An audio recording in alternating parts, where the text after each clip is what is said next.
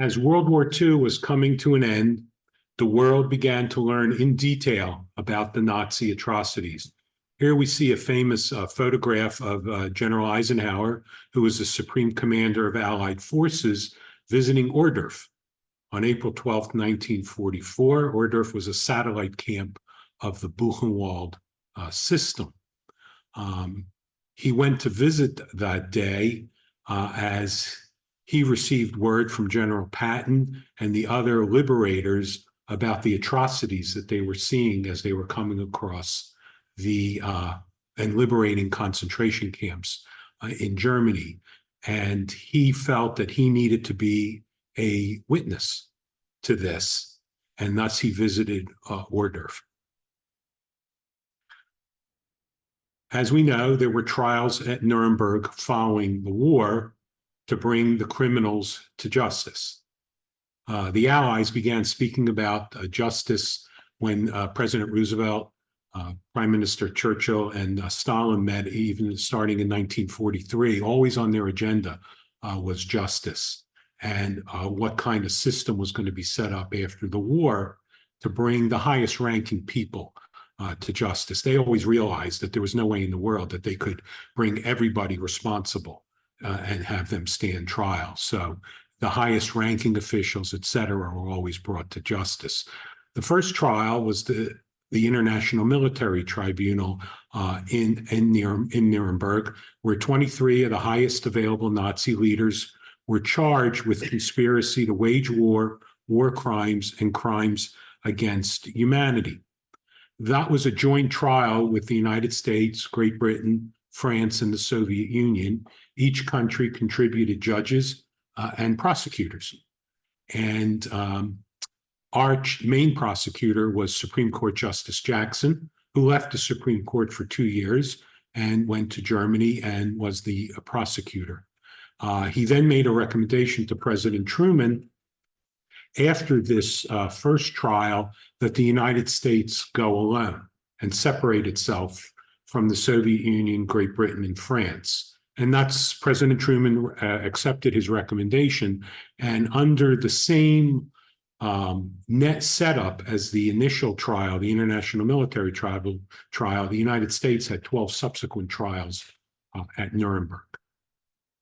The first of the 12 subsequent trials was known as the Doctors' Trial, but officially it's known as the United States versus Karl Brandt et al.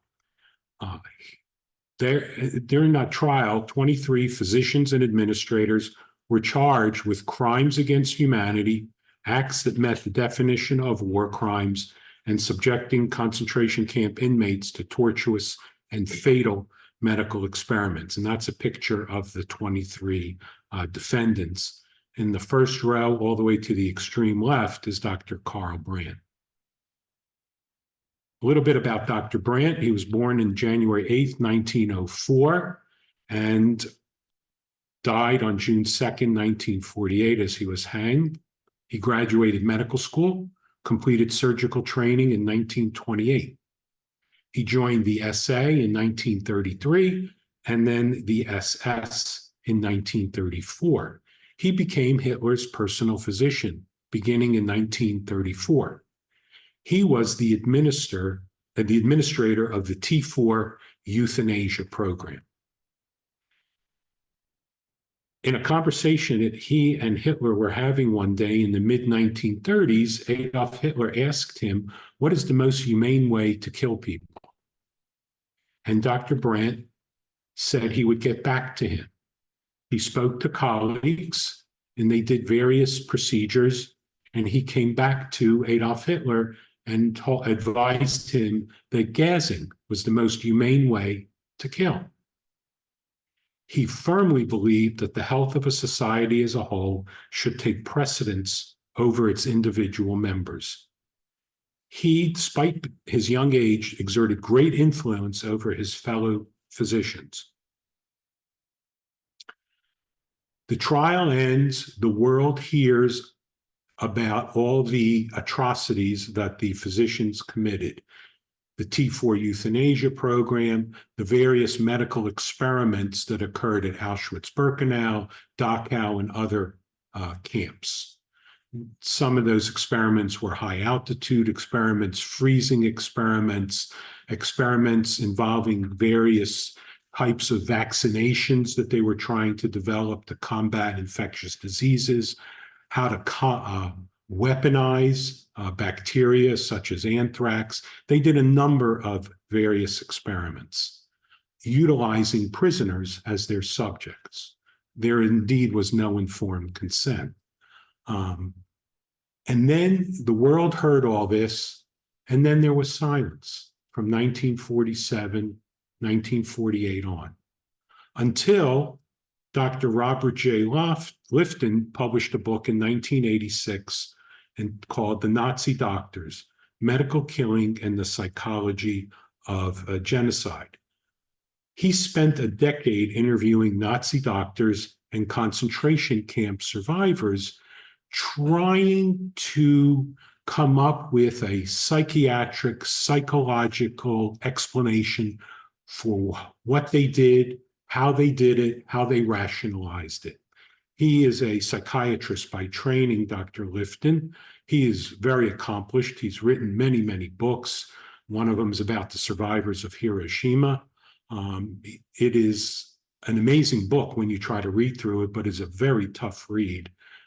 He is still alive. I saw him on a Zoom meeting a few months ago. He's about 95, 96 years old, and he spoke a little bit. Somebody asked him a question. He was in the audience just listening, and he got recognized as to why that he was there. So that's 1986. 2 years later, Dr. Robert Proctor published his book, Racial Hygiene, Medicine Under the Nazis. Dr. Proctor is an accomplished writer. He's an American historian of science. And when you read his book, he details Germany, late 1800s, all the way through the early 1900s, World War I, up to World War II, about the scientific and medical advancements in Germany, the timeline, how they did what they did. 1988. So the world already heard how scientists and physicians did what they did. That's 1988. And then again, there's silence. Nobody's talking about it. Nothing. Until about 15 years ago, when the conversation got started again. So let's just make sure we all understand the terms that we're going to use. Genocide is the deliberate and systematic destruction of a group of people because of their ethnicity, nationality, religion, or race. The Holocaust was state-sponsored, systematic persecution and annihilation of European Jewry by Nazi Germany and its collaborators from 1933 until 1945. And as you see, I underlined the word collaborators, which I feel is the most important word in that definition, as the Nazi regime does not achieve genocide to the degree it did without the active collaborators of a various number of professions, but mostly physicians and scientists. The medical profession and leading scientists in Germany provided leadership in conceptualizing, designing, planning, and implementing several murderous programs which led to the murder of 6 million Jewish people. These were not a few crazed physicians on the fringes of organized medicine that led to genocide that we've heard over the years. It involved the leading figures at the time in Germany, and they were well recognized around the world. Nearly half of the physicians in Germany were card-carrying members of the Nazi Party. That is a mind-boggling statistic. Overall, 10% of the German population were members of the Nazi Party. 10%, and yet nearly 50% of the Aryan physicians in Germany were members of the Nazi Party. There was about 70,000 Aryan physicians in Germany at that time. When you look at Nazi policies, they were often framed in medical terms. Having physician support legitimized Nazi party views to the general population. The German medical system hierarchy in 1933 stated that all physicians in key positions had to go through a training program. Ethics classes were mandated in German medical schools, and they were the first country to do so. The teachers of the ethics classes were the ones that went through the mandatory training program. Physicians were taught that they are health leaders. Physicians needed to rid German society of non-contributors to the state. They were to deny care for the medically inferior. They were told that they should sterilize, abort, and mercy kill to secure racial purity and hereditary health. Hitler was very much influenced by the leading physicians and scientists in Germany after World War I, as demonstrated by the following from his book, Mein Kampf, which was published in 1925. In it, he wrote, "The national state must set race in the center of all life. It must take care to keep it pure. It must declare the child to be the most precious treasure of the people. It must see to it that only the healthy beget children. The state must act as a guardian of a millennial future, the face of which the wishes and selfishness of the individual must appear as nothing. It must put the most modern medical means in the service of this knowledge." Joseph Goebbels, who was Hitler's minister of propaganda, said the following in a speech he gave in 1938. "Our starting point's not the individual, and we do not subscribe to the view that one should feed the hungry, give drink to the thirsty, or clothe to the naked. Our objectives are entirely different. We must have a healthy people in order to prevail in the world." This all takes us to this pseudoscience of eugenics, which means good birth. It is not a new concept. Plato suggested selective breeding over 2,500 years ago. Contemporary eugenics began in 1883 in England when Sir Francis Galton coined the term. It spread to the United States, Canada, Australia, Europe, and really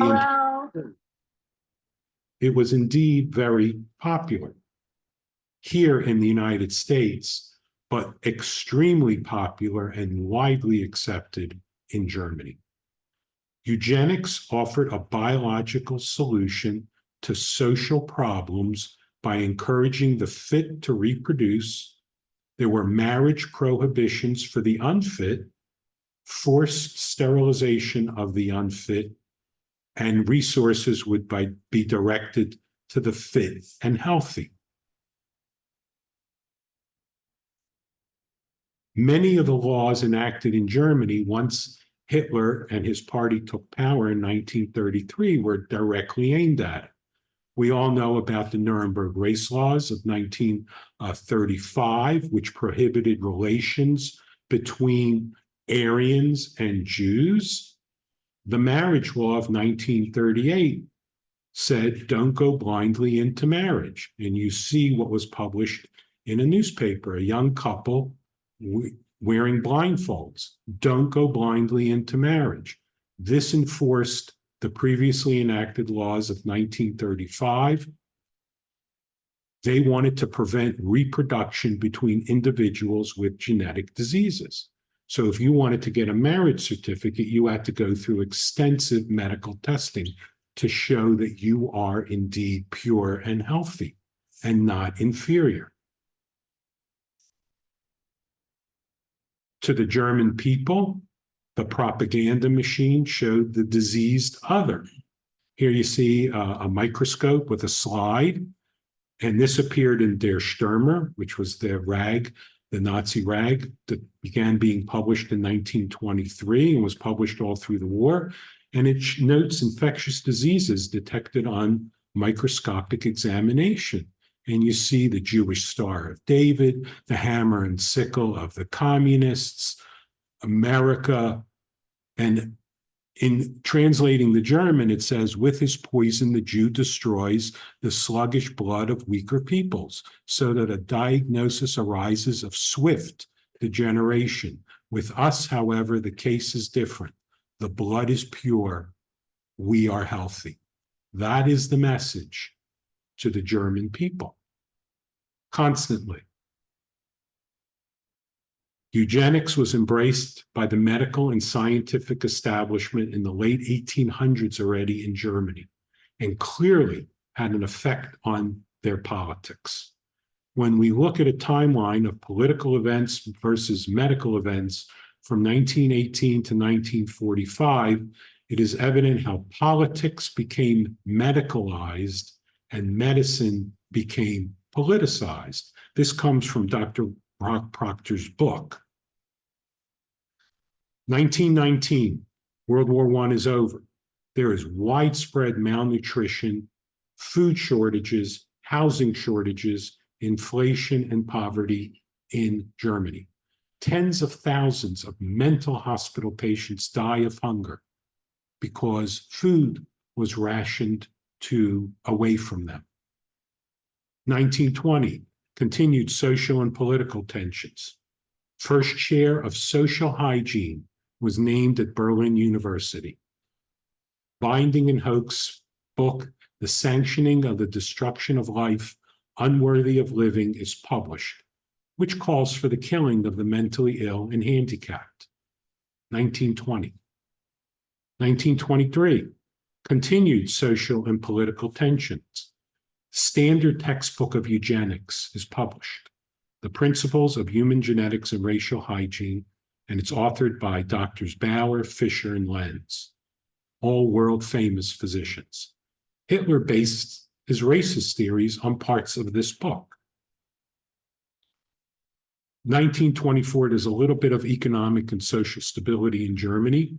Some reforms are taken by the Weimar Republic in the health sector, and they opened up outpatient clinics. They had a public health insurance, but those clinics were the domain of the social democratic and communist doctors in Germany, many of whom were indeed Jewish. 1929, stock market crashed here in America, economic depression, public clinics closed, they reduced free health care, and the Kaiser Wilhelm Institute for Anthropology, Human Genetics, and Eugenics in Berlin opened. Dr. Fisher is appointed director. 1932, 6 million in Germany are unemployed. It's an astronomical number. Street fights are occurring between the stormtroopers and the communists. Nazi Party, though, gets a sizable number of votes in their election. The Prussian State Health Council drafts a voluntary sterilization program. 1933, Hitler is appointed chancellor. He takes office the end of January, and immediately there's a purging of political opponents, non-Aryans excluded from government employment. The stormtroopers purge Jewish physicians from state hospitals, public health institutions, and takes them off of insurance panels.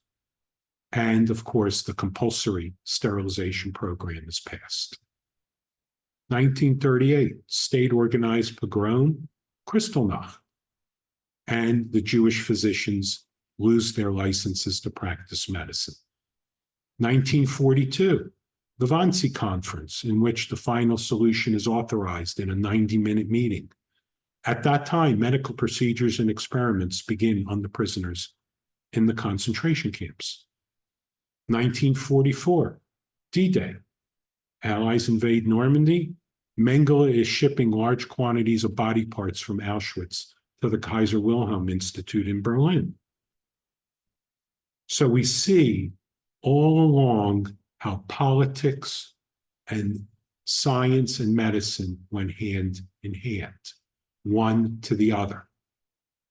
And we don't want to get into a discussion today about it, but we just have lived through it in the last few years, in which we see the politicization of medicine and the medicalization of politics with COVID and vaccines and everything else you can think of. So we just experienced it. So let's take a look at the Nazi Party programs, which they said would heal German society. There was the forced sterilization program of 1933. There was the euthanasia program, both child and adult, which was followed by wild euthanasia. There was Action 14F13, which officially called for the killing of racially inferior and occupied countries and the unfit in the concentration camp system and the extermination centers, Chelmno, Belzec, Sobibor, Treblinka, and Auschwitz-Birkenau. So these programs were conceptualized, organized, supervised, and implemented by the leading scientific minds in Germany. So let's just take a look at just a few of them. This is Dr. Alfred Plotz, born August 22nd, 1860, and died in March 20th of 1940. He was a physician and biologist. He coined the term racial hygiene to describe eugenics in 1895, and that's what it was known as in Germany.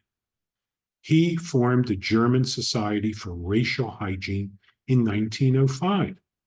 He joined the Nazi Party at the age of 77 in 1937. Karl Binding and Alfred Hoch. Karl Binding was born in June of 1841 and died in April of 1920. He was a jurist. He studied the legal status of suicide and the legality of killing the mentally ill. Alfred Hoche was a famous psychiatrist in Germany, born in 1865 and died in 1943, who tried to conceptualize the relationship between a physician and his patient. Dr. Ernst Rudin, born in April 1874, died in October 1952. He was a physician and geneticist. He was the president of the International Federation of Eugenics Organizations in 1932. He was a member of the Committee of Experts for Racial Population and Racial Policy. He provided legitimacy to the sterilization program. He was known all over the world. And after the war, interestingly, as we know, there was a denazification process in Germany by the Allies. And they attempted to interview as many of the highest ranking officials possible because they didn't want them part of what was to come. So Dr. Rudin, at his denazification hearing, was asked about the sterilization program and why he did it, what they did. And his response was simply that Germany was simply catching up to what America was doing. Because we here in America had sterilization laws dating back to the early 1900s. Many states in America had sterilization laws for the quote-unquote feeble-minded who were institutionalized. And so he said, we were simply trying to catch up with what you were doing.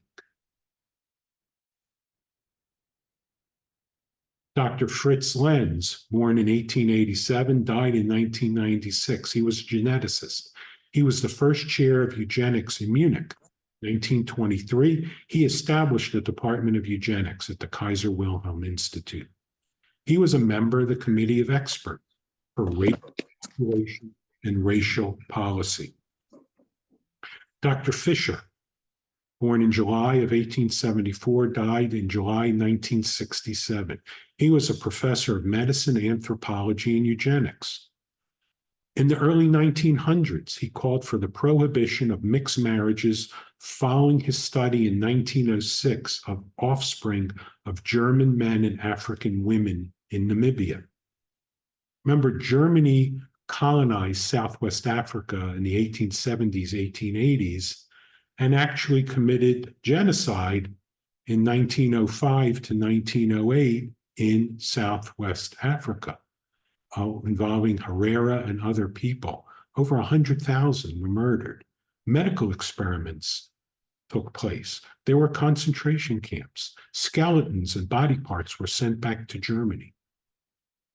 This is 1905. He very much influenced the Nuremberg race laws of 1935, and he was one of Hitler's confidants, and he influenced him greatly. He analyzed the 600 children known as the Rhineland bastards who were subjected to sterilization. Remember, after World War I, Germany had to give back the Rhineland, so it was patrolled by African French soldiers, many of whom married German women and had families and children, or had children with German women. And he found that to be horrible, and he coined them the Rhineland bastards, and they were all sterilized. Dr. Ernst Wenzler, born in September of 1891, died August 1973. He was a pediatrician. He was a leading expert on rickets disease at the time. He actually invented an incubator that was used in Germany for newborns. He was the planner and coordinator for the child euthanasia program.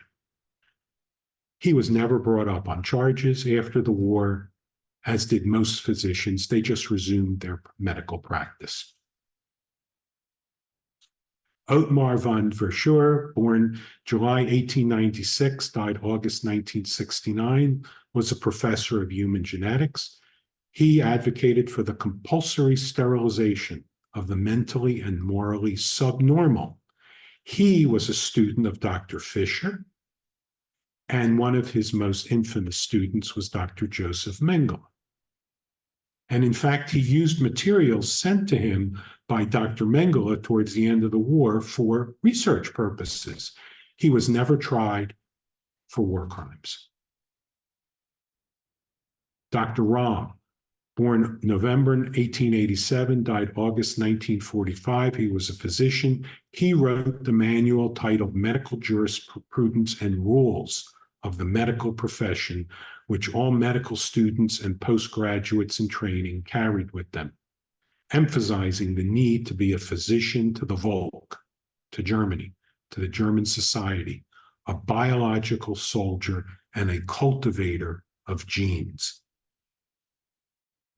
And Gerhard Wagner was born in 1888 and died in 1939. He was the chief physician of the Reich, and he co-founded the National Socialist German Doctors League in 1929 to oppose the other physician societies.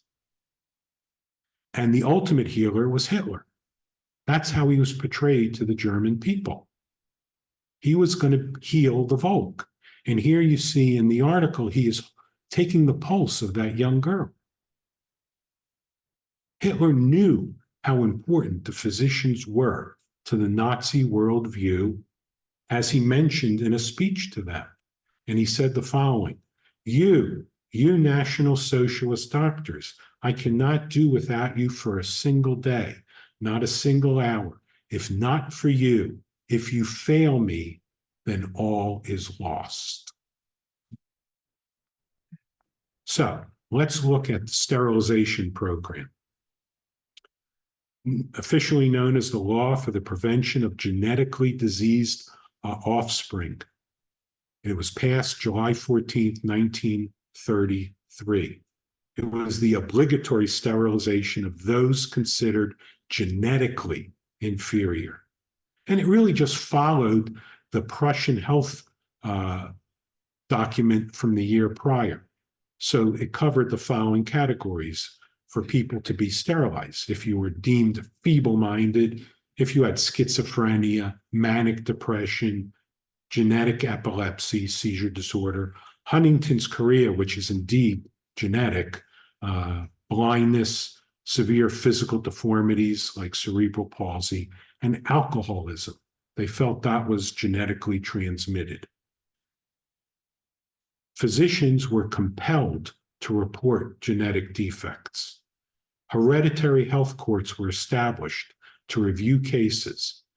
These courts consisted of a judge, a physician, and a eugenics-trained physician. Over 400,000 German citizens were sterilized. About 50,000 abortions were performed. So if a woman was pregnant and was deemed to be genetically inferior, they did an abortion on her, many of which were done by Dr. Brand. Men would receive a vasectomy, women received a tubal ligation. In 1937, race was added as a criterion, as we noted before, to include the Rhineland bastards. So let's take a look at the euthanasia programs, both child and adult. The stated aims of the child euthanasia program was to provide a meaningful death. They wanted to relieve the children from living a life not worth living. They wanted to alleviate the parents of the burden for caring for a disabled child. August 18, 1939, all physicians, nurses, and midwives were compelled to report newborn infants and children less than 3 years old who showed signs of severe mental or physical disability, like Mongolism, Down syndrome, microcephaly, small brain, hydrocephalus, in which the CSF fluid is blocked, various malformations, and paralysis, including cerebral palsy. In October of that year, families were encouraged to admit their children with disabilities to one of 30 specialized pediatric clinics, as they were told that the government would no longer provide financial support for the care of these children. The war had started. Money wasn't going to be diverted to these inferiors. About 5,000 children were murdered by starvation or lethal injection.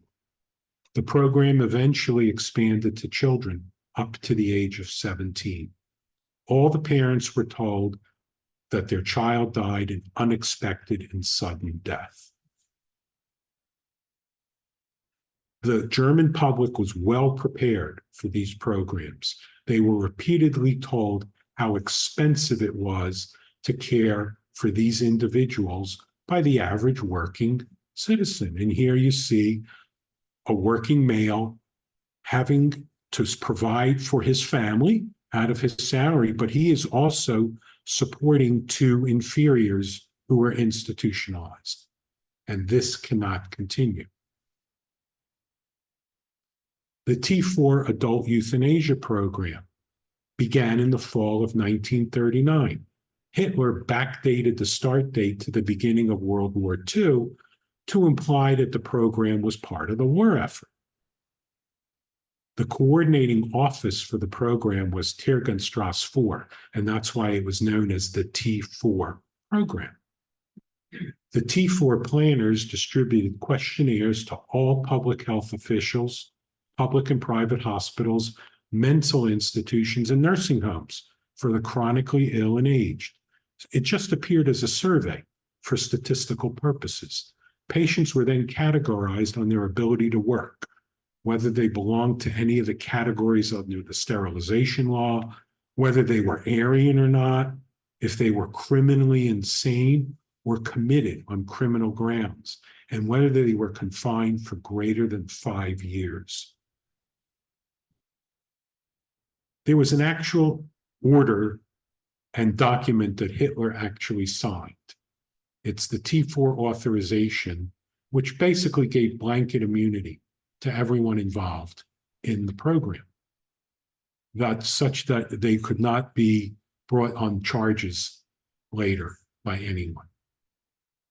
And that's one of the few documents that was ever recovered that Hitler actually signed, because everything was mostly done verbally. The T4 adult euthanasia program.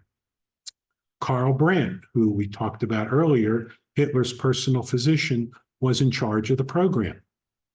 And patients were simply selected by a physician review of the questionnaire.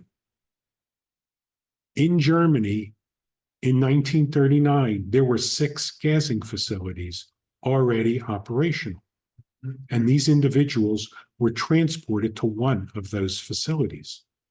SS officers who drove the bus to transport the patients wore white coats to fool the patients and to rationalize that it was a medical process.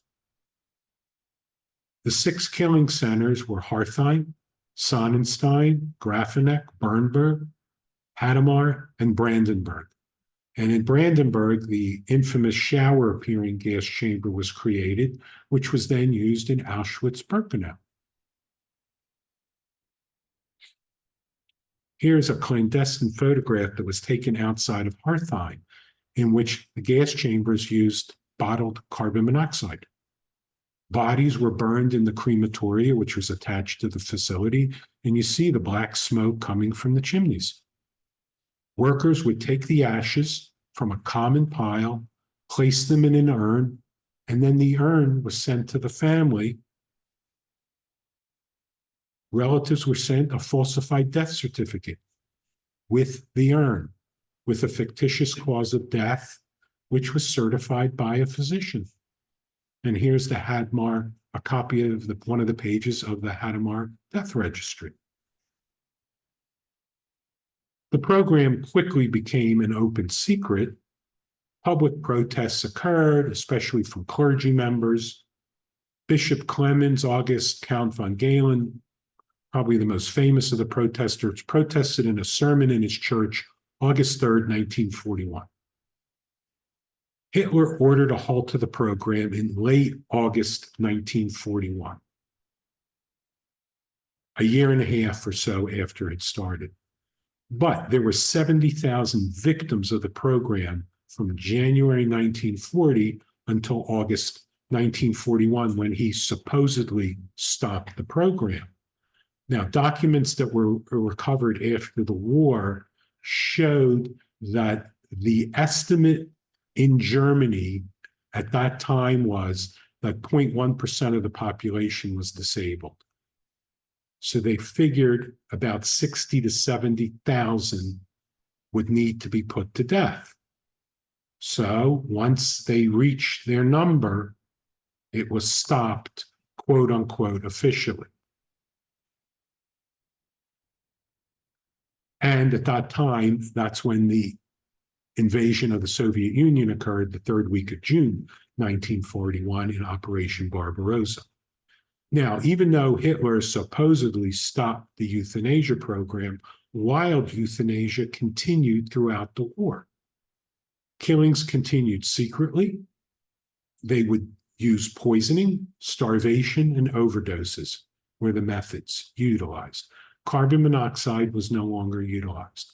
This occurred in general hospitals, long-term facilities, and psychiatric hospitals were targeted. Likely another 250,000 people were murdered in wild euthanasia. Action 14F13, which was an official document, involved prisoner euthanasia. It targeted the sick, the elderly, and those deemed unable to work in the concentration camp system. Remember, they had over 1 million slave laborers working in Germany in various camps and facilities. Jews were included in this program per Himmler, who was the head of the SS and the head of the concentration camp system, and this was the beginning of eliminating those deemed racially inferior. T4 personnel were sent to administer the program. They had already mastered how to do it. So those selected were transported to Berberg, Sonnenstein, or Hartheim killing centers for gassing and cremation. Let's briefly talk about the mobile killing squads, the Einsatzgruppen. Germany invaded the Soviet Union June 22nd, 1941. And as part of the cleansing of the German Volk, the SS units, along with local police, local militias, local citizens, would follow the German army. They would enter towns, villages, round up the Jewish population, The Jews would then be brought to open fields, forests, ravines, and murdered by shooting them. And sometimes they used mobile gassing vans. Mass graves were utilized. Over 1 million Jews were murdered in this way, genocide by bullet, but racial purity was their marching orders from Himmler. So again, it goes back to racial hygiene, racial purity. And the most famous of these killing sites was Babi Yar in the Ukraine, in which in one weekend, a long weekend, about 34,000 were murdered. And in total during the war, 100,000 were murdered at Babi Yar. And then the extermination centers. Industrialized killing centers. The Wannsee Conference was convened January 1942 to coordinate the final solution among various government ministers. As we said, the mobile killing squads already began the process of extermination in the Eastern Front. They had established the ghetto system starting in 1940 in Poland to temporarily quarantine Jews in horrendous living conditions, but it was advertised to the public as a health measure, as these filthy Jews were inferiors that carried diseases such as typhus, tuberculosis, and other diseases. They were simply quarantining the illness. Once the killing centers were operational, the transports began. And Chelmno actually became operational in December of 1941, utilizing mobile gassing vans.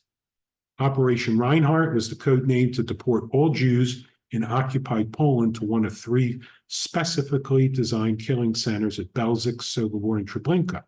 And there they used carbon monoxide, which was pumped into specifically designated gas chambers. They had already figured out the technology by 1939. They just advanced it in the large killing centers in Poland. Auschwitz-Birkenau became operational in the spring of 42. That's Auschwitz II. Auschwitz I was a former Polish military barracks that the Germans took over and was a concentration camp starting in 1940. But they had to build Auschwitz II, or Birkenau. In Auschwitz-Birkenau, the staff physicians would drop pellets of Zyklon B poisonous gas into gas chambers, which were disguised as showers. And Zyklon B was an insecticide. It's an insecticide that they lace with cyanide.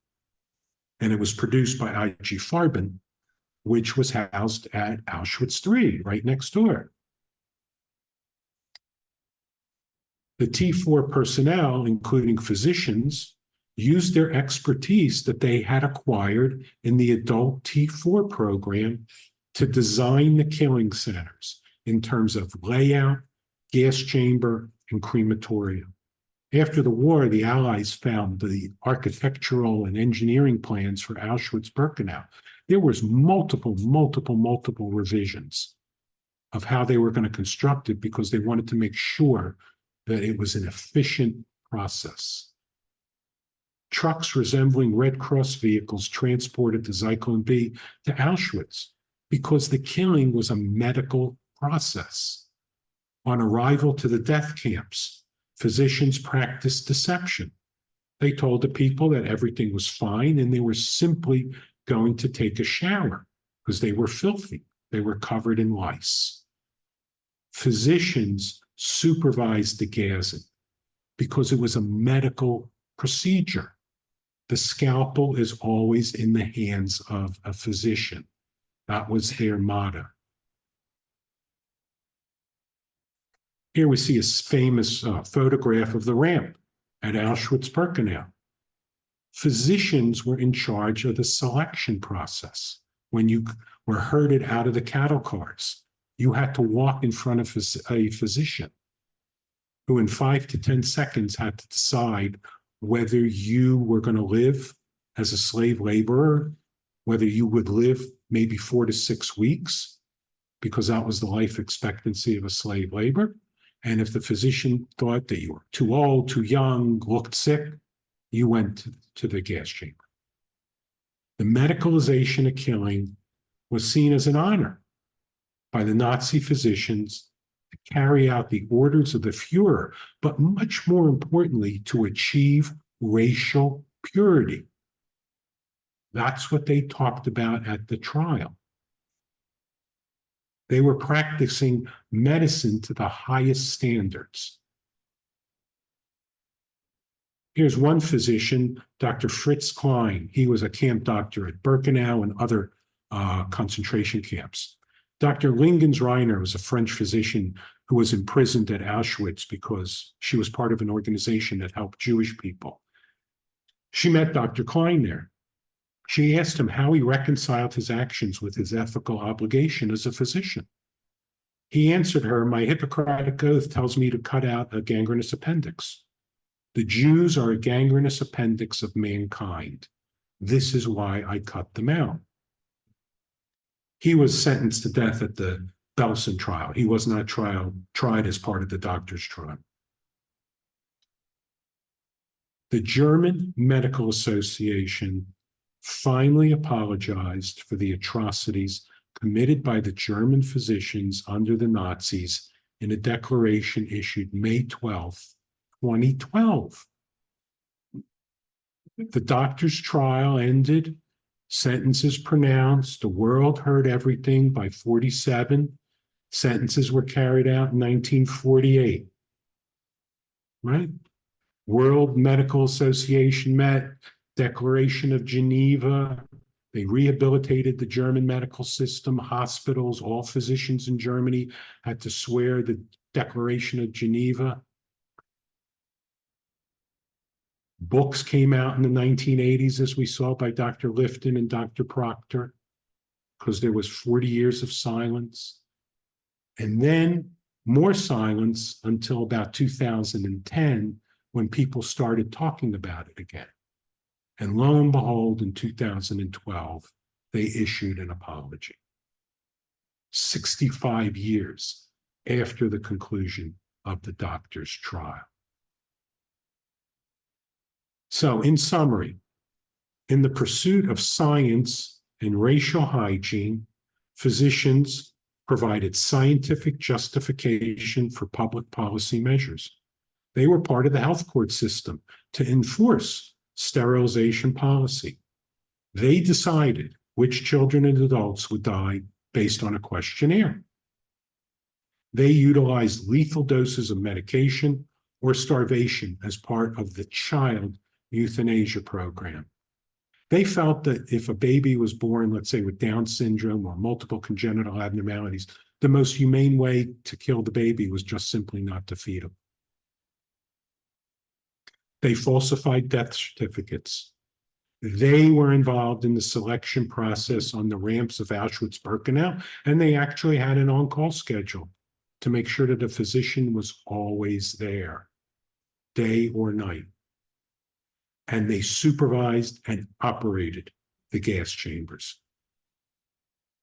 So the Holocaust was indeed a medically driven genocide. Now, I'd just like to acknowledge a few people. We mentioned Dr. Jay Lifton, who has authored many, many, many books.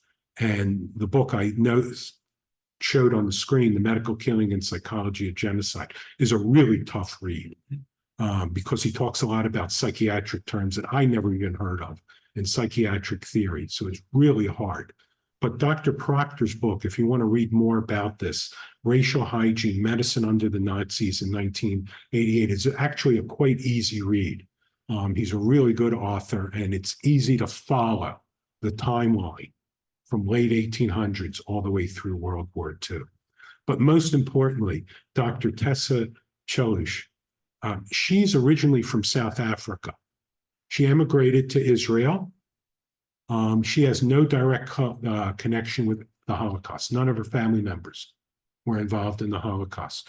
And she came to Israel, practiced medicine in Israel, and she was working at a university, in a medical school, and she was devising first-year curriculum in medical ethics.